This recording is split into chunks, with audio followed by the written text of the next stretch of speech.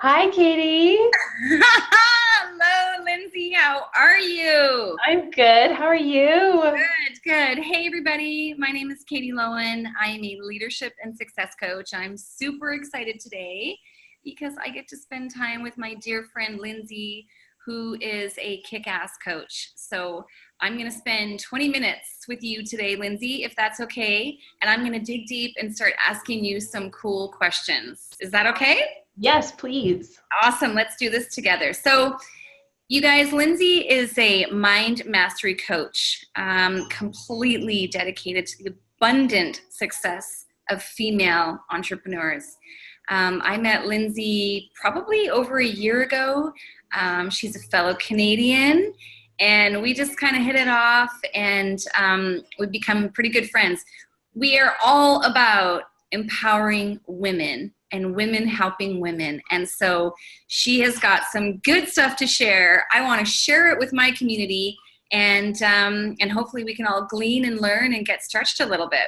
Sound good? Awesome. Okay, so in a nutshell, just tell us quickly about yourself, and I'm going to go ahead and ask you some questions. But first, tell us a little bit about yourself and what you do. Okay, so my name is Lyndsay. So what do I do? A little bit about myself. I have been an entrepreneur since, I would say officially 2009. I opened my own yoga studio and ran that for 8 years, and that was amazing. And then I started shifting into life coaching, and I was working specifically with women who struggle with emotional eating, because that's something that I struggled with. And I found that that was such a limitation in experiencing life as a whole. It was an excuse, an opportunity to build brick walls from seeing, feeling, and really living your true potential. And so my coaching practice has shifted, and I want to focus on I do focus on entrepreneurial women who really struggle with burnout, who struggle with the belief in themselves, who struggle with money. Oi, the energy of money is so fascinating, and it just like, there's a different perspective. Everybody resonates so differently with the idea of money. And so I want to shift that perspective and really tap into the authenticity that we all deserve. We are all born deserving greatness. Living a life of service is so fulfilling, but to be able to be in alignment with that and to really allow your true self to shine with eliminating any blocks, any barriers, any mental limiting beliefs. Like, we got to flush all that down the toilet, because you need to serve and serve at your highest level possible.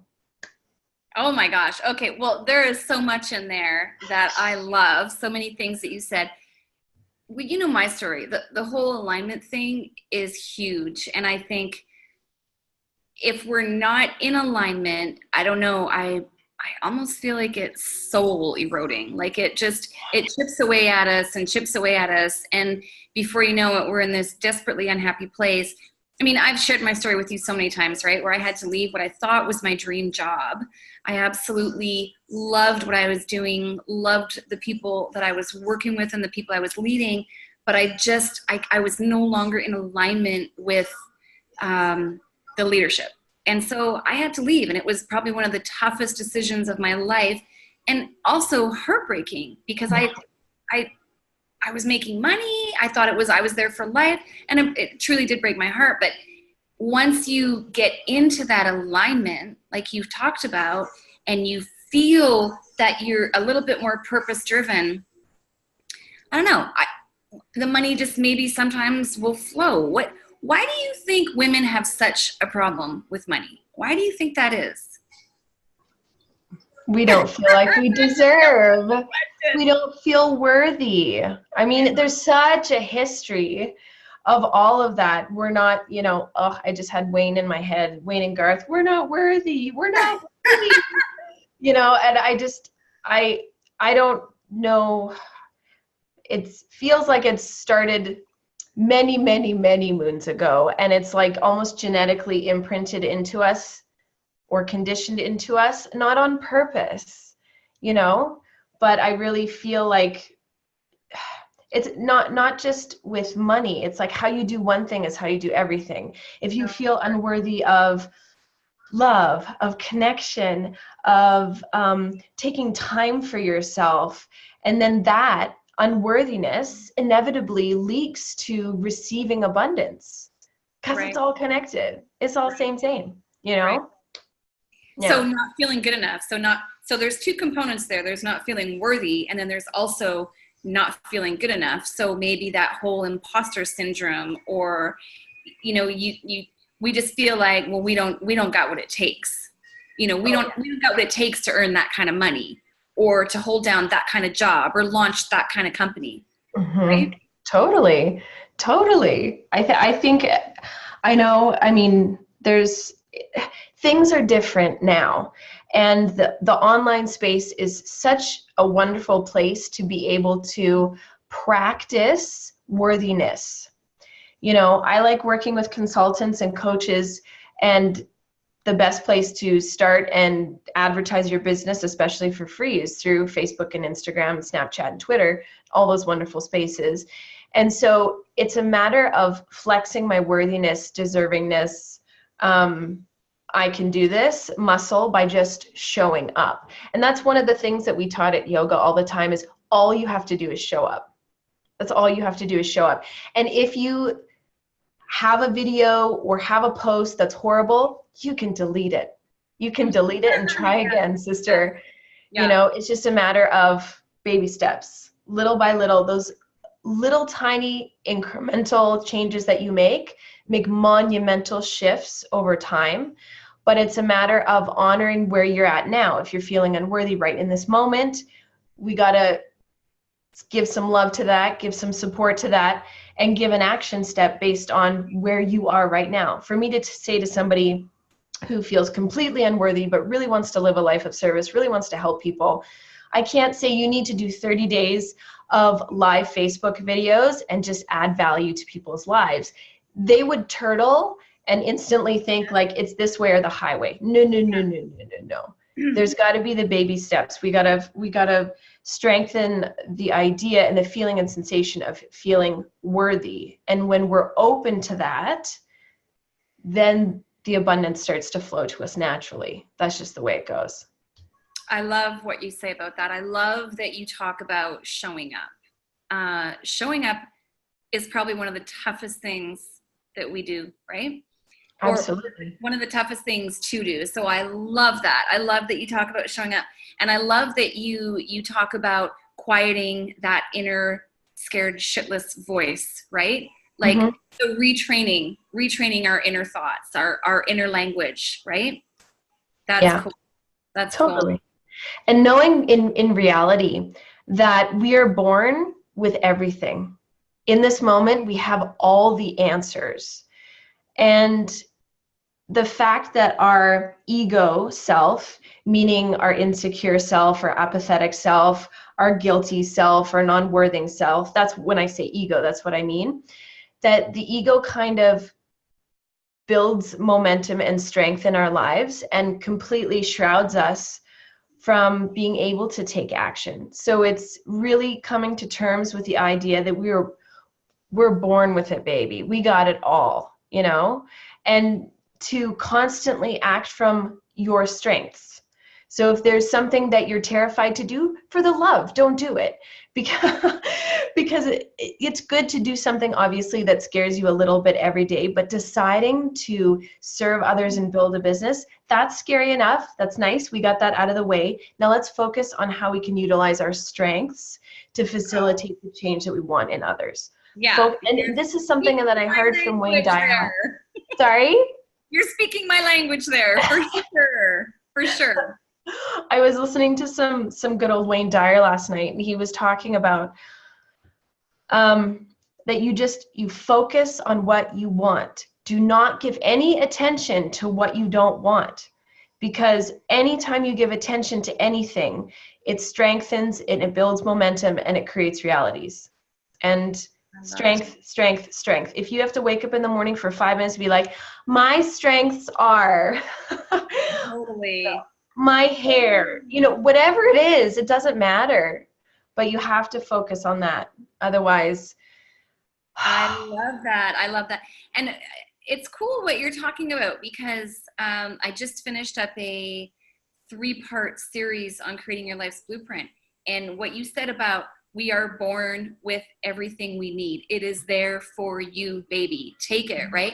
That's all. That was a whole big step 1 in the life's blueprint. So it's cool. And that manifestation and that the power of thought, what you think is what you become, right? I've talked about that forever and a day. So I love it. Okay. Lyndsay, tell me what women, what group of women, what type of women, who is the woman that you serve? So describe who you serve. I deserve. Isn't that funny that popped out? Yeah. I serve the new coach, the new consultant, women who are inspired to start their own business in service. And so let's say they've been doing it for a few months, they've been trying to figure out how to market, they've been trying to figure out how to get their message out, and their wheels are turning, and they're doing more than they actually have to. And they're listening to too many people telling them 20 different things to do, and they're completely burnt out. And their intuition is gone. Their intuition is gone because they're constantly connecting to, oh, I'm watching that person, they're doing it that way and they're successful, I need to do it that way. But that's not them. Right. You know, it's a matter of, okay, let's throw all this stuff out the window. Let's start at the beginning and build our foundation. And what we always go back to in when we speak to others, when we give value to others, you know, making sure that that's like concrete and it feels light and joyful and exciting. Because why would you start a business if it's hell? Every step is hard, is hell. Like, why would you do that? Yes, you want the financial freedom. But if you don't align energetically with what you're doing and your strengths, it will always be a fight. Exactly. Yeah. Exactly. Absolutely. Yes. Awesome. Good. Okay. I want to ask you a couple more questions. Yes. What are your top 3 values for you? So, you know, you could maybe answer this on a personal level and then maybe for your company. What are your values for your company? What are my values for my company? Integrity, consistency, and focus. Nice. Yeah. Of the 3, which is your favorite and why?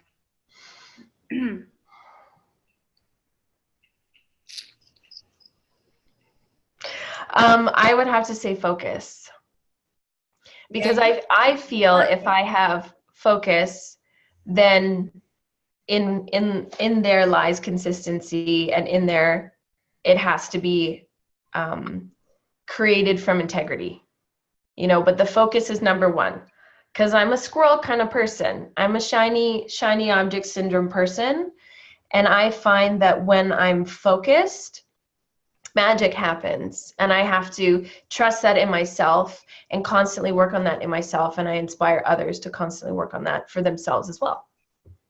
So, okay, so that's cool. Give us, I'm putting you on the spot now, girl. Give us just a couple tips on how we can increase our focus then. Focus on one thing. I know, that's tough for you and me, because we're like, oh, look, there's tequila behind me, right? Like, you know? Yeah, it's tough. Yeah. There's 10,000 books behind me. Like, do you know what I mean? Yeah. But the same messages that I've always gotten is just one thing at a time. You know, I'm really big on how the brain works, how our mind works, or what we are able to understand of how our mind works. We cannot multitask. I have studied this, because I'm like, yeah, I can multitask. I can do this and this at the same time. Not with integrity. Because if you're doing 2 things at once, 50% of your attention, your energy, your effort, your, you know, love is in one direction, and, you know, 50% of whatever, is in another direction, and you just split yourself up the middle. And so when you constantly, have 20 things going on at once, you're giving away so much of your power. And as women, we do that so much, and I'm saying no, no, no with my fingers, like it's not a good thing. It's not a good thing. We give away our power like that all the time. And so focusing on one thing at a time helps to bring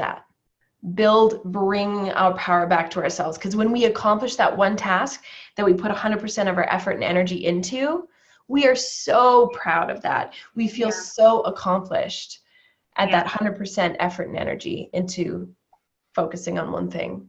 Well, and it's like you said, right? Focusing builds consistency. And when you're consistent, you're in alignment with integrity. So wrapping up all of those values that are important in your company, in your business, and serving the women that you serve, right?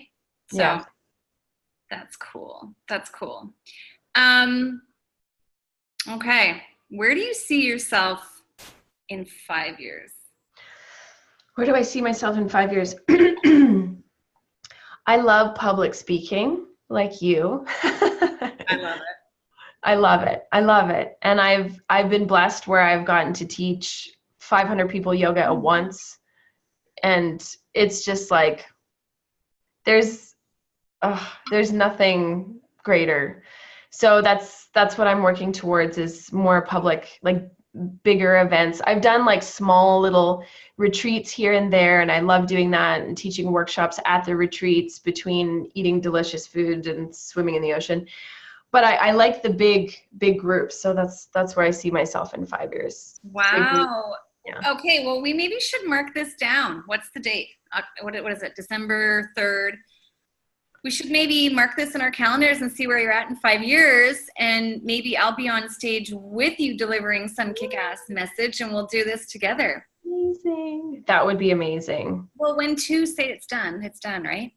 Yeah. Okay. Yeah. So true. It is done. Yeah. Oh, that's cool. Tell me what your biggest, now listen, you and I, we both get this, that, launching our own coaching company, our own coaching practice. I mean, it is no joke. It's not for the faint at heart. Mm-hmm. What is your biggest challenge as an entrepreneur, as a female entrepreneur and leader?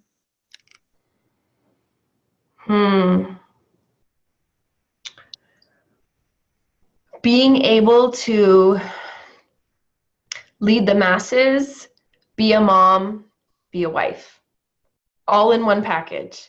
I think that is one of the hardest things. So for me, I've got my 3-year-old at home, and she's napping right now. So whenever I have time, I have to focus. If my focus is split, I get nothing done. And then I'm angry entrepreneur, mom, wife all day. And that's really annoying for everybody involved, including myself, because that's not the type of person that I want to be. So I really have to make sure that I'm balanced. I'm feeding myself emotionally and energetically and spiritually, so that I can turn my computer off at night, or before the other child comes home and the husband comes home, and that I'm making the dinner, and then I'm spending the time with the family. Kids go to bed, spend the time with the husband. Like I need to, it's about that one thing of focus. I can't have my laptop out at dinner. No, we can't. Because what is that saying to everybody else? That they're not important. Same thing. Simon Sinek talked about, having your phone even on the table when you're out for dinner. What it's saying is that you are not as important because my phone's on the table. So it's like that sort of stuff has to go away. So that's my biggest challenge, is being 100% in the moment for my family, and being 100% in the moment. First of all, it's very easy to be 100% in the moment for my clients. Very easy. Like instantly I'm there. My brain is on entrepreneur mode, serving my clients, figuring out their problems, giving them amazing solutions. but I have to turn that off for my family. And that is one of the biggest challenges, I would have to say. Because they need you. They don't need entrepreneur Lyndsay. They need mama and wife Lyndsay, right? Yeah. So all these different hats. Yeah. And I think, that's why women should be running countries, because we can wear different hats. But we have to be focused and disciplined and consistent. So I love that. So far in your life, and you're just a couple years younger than me, like maybe even a couple months younger than me. Yeah. So far in your life, what are you most proud of? What are you most proud of? Like when you think about something that you've done in your life where you were firing on all cylinders, you were knocking it out of the park, what was that? Coming out alive. What I mean by that is, when I've lived probably about 40 lifetimes, and I'm 35. Like my mom died when I was 16. I moved to California alone by myself. I packed a suitcase, put it in my car, drove to Los Angeles. I didn't even know where I was going to live. I went to school there. I went to school in New York. I moved to Vancouver. I went to yoga training. I taught in Australia. I taught through Europe. I taught through the States. I owned a yoga studio. The yoga studio ended after 8. I got married. I had 2 kids and the studio. And the studio had to close for, many, many reasons beyond my control, which made me insane that I couldn't change it. And there's always been, how I coach it is these transitions, they're quality problems. Now, meaning quality problems happen in our life, so we elevate, we upgrade, we go to the next level in our lives. So I'm not saying in the term of my mom dying as a quality problem, but it forced me to up level in my life. It forced me to grow up 10 times faster than I had to. And moving to a completely different country forced me to up level. So rising, and not coming out alive, rising after experiencing so many quality problems, I would definitely have to say is my answer. I don't know how I'm still alive for some of the things that has happened to me. I have no idea. I don't know how you fit all that in 35 years. I don't know either. Wow.